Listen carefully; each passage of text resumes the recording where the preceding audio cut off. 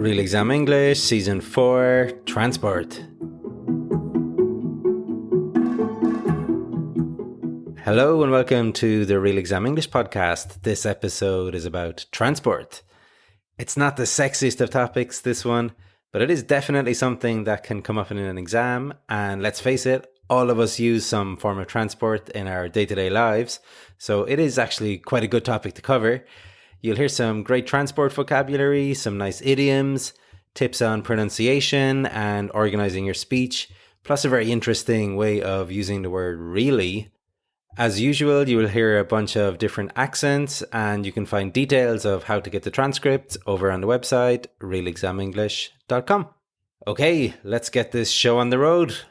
What would improve public transport in your area? I think, to be fair, London is quite good with public transport. We have trams and buses and tubes and, and all this kind of stuff. So we are very lucky. But I think what would make it better from a kind of qualitative standpoint is if they could put some air conditioning in, because in winter it gets ridiculously hot and it's not pleasant.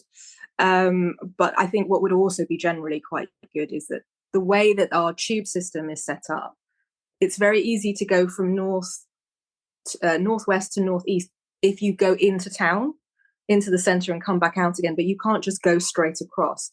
It's much harder to get kind of a decent transport system that takes you from northwest to northeast without going into the centre. So, I mean, you can do it via buses, but that takes ages because London is massive. So it would be really nice to have some kind of network system that takes you from northwest to northeast and similarly from southwest to southeast without having to go via the centre. Okay, so London is a great place to start off today. She said they have trams and buses and, of course, the tube, which is the name of the underground system there. At the start, she said, I think, to be fair, London is quite good with public transport. This phrase, to be fair, is often used when explaining or making an excuse for why something doesn't go well. For example, I didn't pass my B2 exam, but to be fair, I only had a week to prepare. Or she lost her temper with the kids. To be fair, she had only 1 hour's sleep the night before, and her kids are little rascals. We also heard some nice cleft sentences here, or what emphasis by another name. So this is using what and the verb to be. Like her examples here, what would make it better is if they could put some air conditioning. And what would also be quite good is the way the tube system is set up. This phrasal verb, set up, in this context means arrange or organize, like the classroom was set up for students when they got in the morning, or it took a lot of effort to set up the concert. Lastly, just some nice vocabulary to point out. She said the tube could be better from a qualitative standpoint. I love this. It sounds so much fancier than just saying the quality could be better. This would be super in a formal writing, like in an essay or maybe a formal letter, or definitely in a report or a proposal. Make a note. What type of transport is popular in your country? Well, Australia is a massive country and there is a bit of public transport, but basically the most popular is cars. You drive yourself, or if you have a long way to go to visit people, or where you need to go, and then it's flying. We do have some trains, but you just can't get trains all over the place. So yeah, definitely cars and planes. So which way of travelling would you choose in order to be more environmentally friendly? Well, the way I see it is when we travel in Australia, if you want to go overseas, it's always a long flight. So there's no avoiding that. But I would like to think that I make my footprint a little bit less because we don't move around a lot when we get to a country. We like to stay in one place, and so that's my way of not driving or using short flights in other countries. So wow, so many fillers in these answers. She started off both answers with well, then she followed up with quite a few you knows and also a few so's and a so yeah. These are perfectly natural to use in everyday speech, and it's fine to use some of these in an exam, just don't overdo it. I liked her expression for giving her opinion in the second answer. The way I see it, really handy, that one. She had this phrasal verb to move around a country. It's quite literal, this one, to move from place to place within a country. Another similar one you hear a lot is to get around, A common exam question is, what is the best way to get around your city? Meaning, what means of transport is best, like a car or a bus or whatever. She mentioned she likes to make her footprint a bit less and not move around. Her footprint here refers to her carbon footprint or her impact on the environment. Essential vocabulary these days. What type of transport is popular in your country? Car is number one. I would say we don't have a very good public infrastructure with regarding transport. Probably in this area where I live in Cork City, it's only buses. We don't have any metro system or any underground system, and the bus schedule and system doesn't suit all areas and all people living in the city or county. So I would say car is probably king, really. Why do you think some people pay a lot of money to fly first class? Oh, I always wonder about that, actually. I suppose for a lot of people, they travel a lot. And if you're traveling a lot with business, or if you're in a, highly well-paid job, a highly lucrative profession, I suppose you need that level of comfort to be able to perform your job on the other end of the flight. I think that is probably why people would choose to fly first class. Probably others just because they have too much money. I don't know. For a lot of business professionals and people going different places for conferences and talks, they need to be able to perform on the other side. So they need to be able to have a degree of comfort. We had some transport vocabulary here in the first answer: public infrastructure, the metro system, underground system, the bus schedule. This last word, schedule, is one that is pronounced differently in the US and the UK, and actually pronounced differently within different parts of the UK. In general, in the UK, they say schedule, and in the US, they say schedule. This speaker is from Ireland and says schedule. However, I'm from Ireland and say schedule. To make it even weirder, she is actually my sister, so God knows why we both ended up pronouncing it differently. Anyway, there is no right or wrong pronunciation, both are fine. It should be pointed out that in the UK, when you're talking about buses, you would usually say the bus timetable, and in the US, it's more common to hear the bus schedule or schedule. But again, there's a degree of flexibility with this. Another interesting aspect of her answer was the use of really at the end of a sentence. I would say car is probably king, really. It's almost like she's realizing something or admitting something she doesn't really want to. Another example would be, dinner wasn't that nice, really, or I'd prefer to stay at home, really. It's kind of a softer way of giving the information. Dinner wasn't that nice is quite direct and cold. Dinner wasn't that nice, really, makes it a bit less definitive, a bit softer and nicer.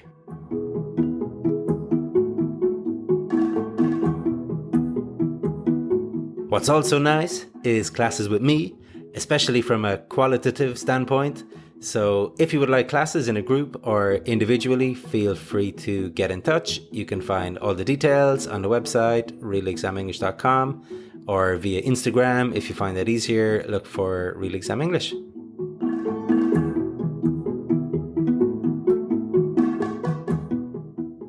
What's the best thing about public transport where you live? The best thing about public transport where I live, Brussels in Belgium, is firstly the sheer amount. We have buses, we have trams, we have trains. Secondly, it's the reliability. Things are normally on time. When something isn't running, normally there is a substitute. And thirdly, the frequency. It's not perfect. It's not a 24/7 kind of public transport system. But near where I live, buses and trams go often until after midnight during the week, which is fantastic. And it's actually a place where I've never had a car, despite having lived here for 10 years. While the cycling lanes and ease of cycling isn't perfect, it's also a very hilly city. It is a place where I also cycle a lot, so I feel very privileged in that respect. Which way of travelling would you choose in order to be more environmentally friendly? My favourite way of travelling in an environmentally friendly way is travelling by train. This is because on buses and cars, I get travel sick when I do any kind of reading. On trains, that doesn't happen.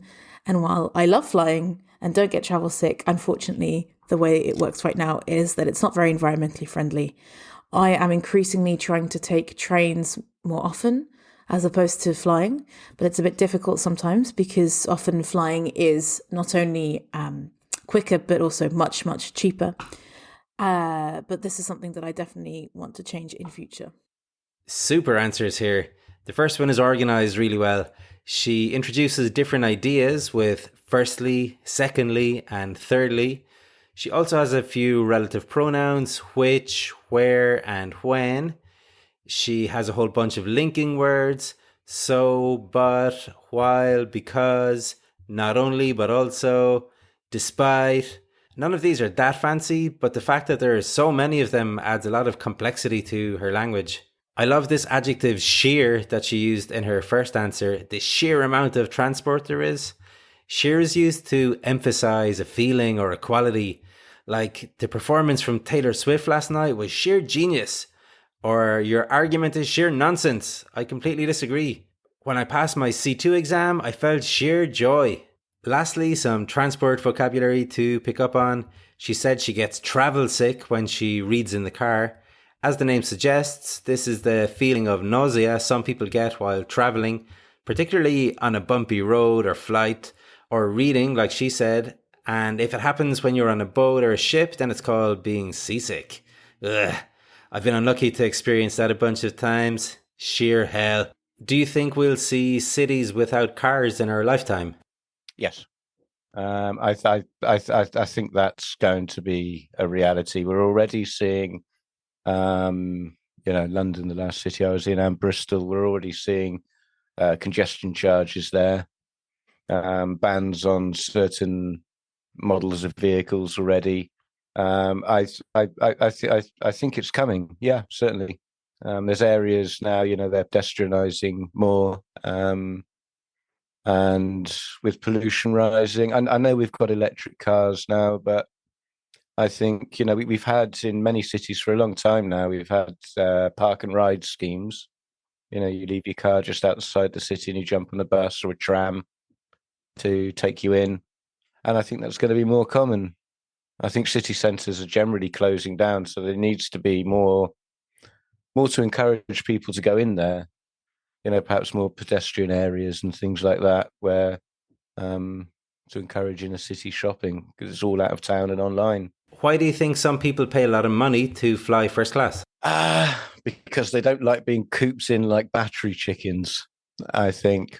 I haven't done it for a while, but I've flown to Australia and I've flown to the far coast of Canada, and they're long old hauls. And if I could afford, if I had the money for first class, I would have taken it for the extra room.